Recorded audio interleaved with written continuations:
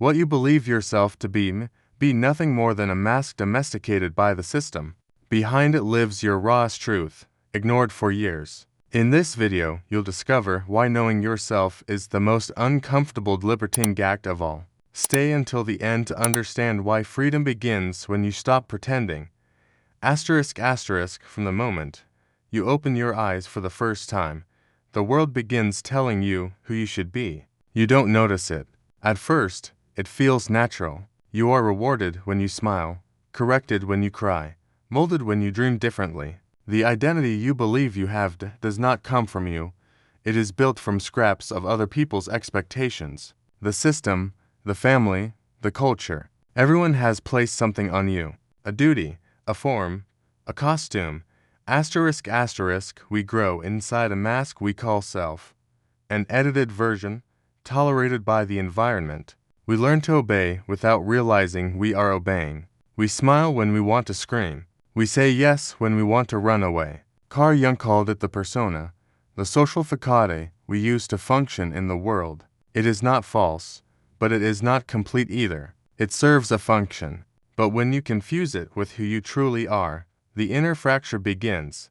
The mask holds until life decides to break it. Sometimes it's a loss, other times, a crisis. Pain acts as a brutal mirror, and when that reflection no longer matches what you were pretending to be, everything shakes. The script you followed no longer works, and behind the mask, what emerges is uncertain, contradictory, uncontrollable. You don't know how to name it, but you feel it? An impulse, a force, a discomfort you can no longer ignore.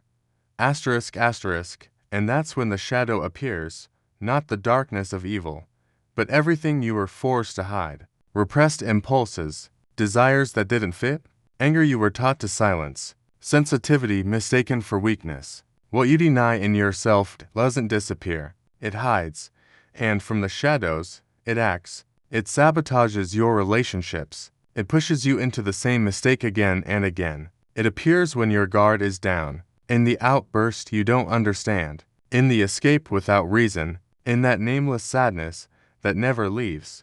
Jung warned us, what you do not make conscious becomes your destiny.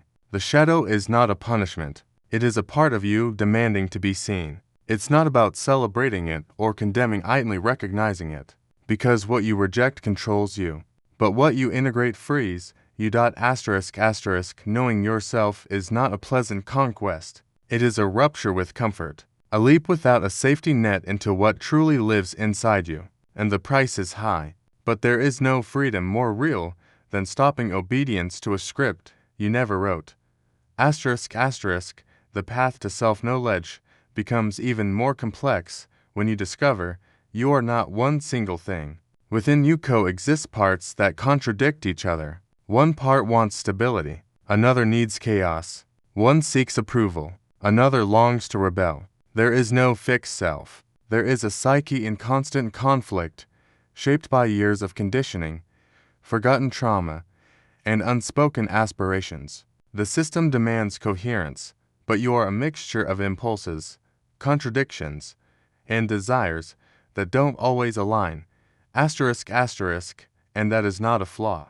It is human. The problem begins when you try to fit all of that into a single identity, as if you had to choose between being rational or emotional, logical or intuitive, strong or vulnerable. That pressure to define yourself limits your growth, because every function you repress, every aspect you refuse to inhabit, does not disappear. It becomes shadow. One seeps through the cracks you deny. Jung explained it with brutal clarity. Thinking, feeling, sensation, and intuition. For functions present in everyone, but usually only one dominates. If you were raised in an environment that values reason, you learn to distrust intuition. If emotions were seen as weakness, you buried your sensitivity until you forgot it existed. But what you don't use, uses you.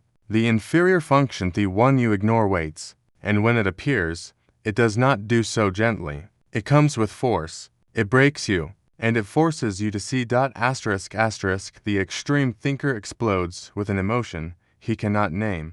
The intuitive type drowns in details once dismissed. The sentimental turns cold after betrayal. The sensory type, always grounded in the concrete, gets lost in formless anxiety. None of these reactions are failures. They are wake-up calls. The psyche does not seek perfection. It seeks balance. The key is not choosing which part should dominate. It is integration. Turning toward what you have avoided, realizing that the inferior function you fear might be the bridge to your wholeness. It's uncomfortable, because you were not educated to embrace what you don't understand. You were trained to repeat, to follow instructions, to appear functional even when broken inside.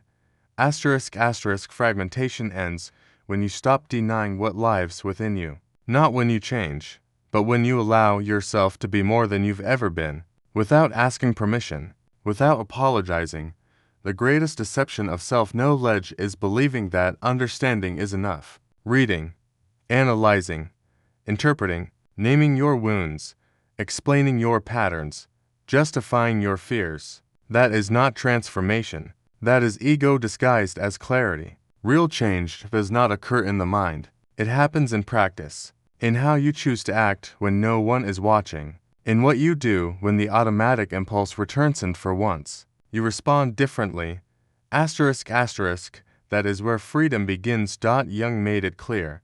It is not about imagining figures of light, but about making your own darkness conscious. Not a pretty slogan sentence, because the part sabotaging your life is not the one you recognize, but the one you refuse to see. Sometimes you fall into relationships that drain you, but there is a hidden gain. Maybe pain gives you identity. Maybe suffering justifies you.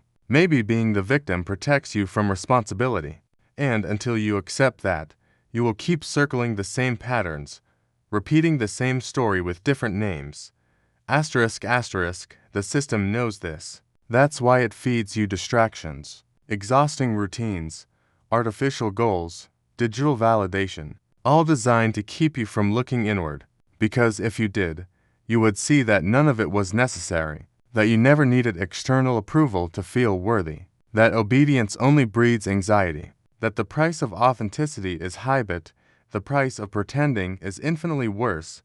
The process of individuation is not the pursuit of perfection. It is an inner war to reclaim what was always yours. It's not becoming something new, it's remembering who you were before conditioning. It's embracing what you projected onto others, recognizing the shadow, integrating the inferior function, listening to the voice you silenced out of fear, and enduring the pain of letting an identity die that no longer holds your truth. This is not achieved through affirmations or books. It happens in lived experience. When you set a boundary, even if everything trembles. When you allow yourself to be seen without masks. When you realize you don't need to fit any mold to have value. There, in that small and radical act, access to the self begins. Not the character shown to the world, but the core that holds all contradictions, your full humanity, unfragmented. The self does not seek to meet expectations. It does not follow the social script. It does not care about appearing correct. It cares about being real. And in a world domesticated by productivity and control, that is a revolutionary act. Individuation does not make you invincible. It does not protect you from pain. But it gives you something no one can take away. Awareness of who you are when you are no longer running. The ability to choose from your truth. The strength to live from within, without permission. And that, in times like these, is the deepest form of freedom. If any of this resonated with you, don't ignore it. Subscribe, activate the bell, and walk with us on this path. Like this video if it challenged you, and leave a comment. We'll continue in the next one. The transformation has only just begun.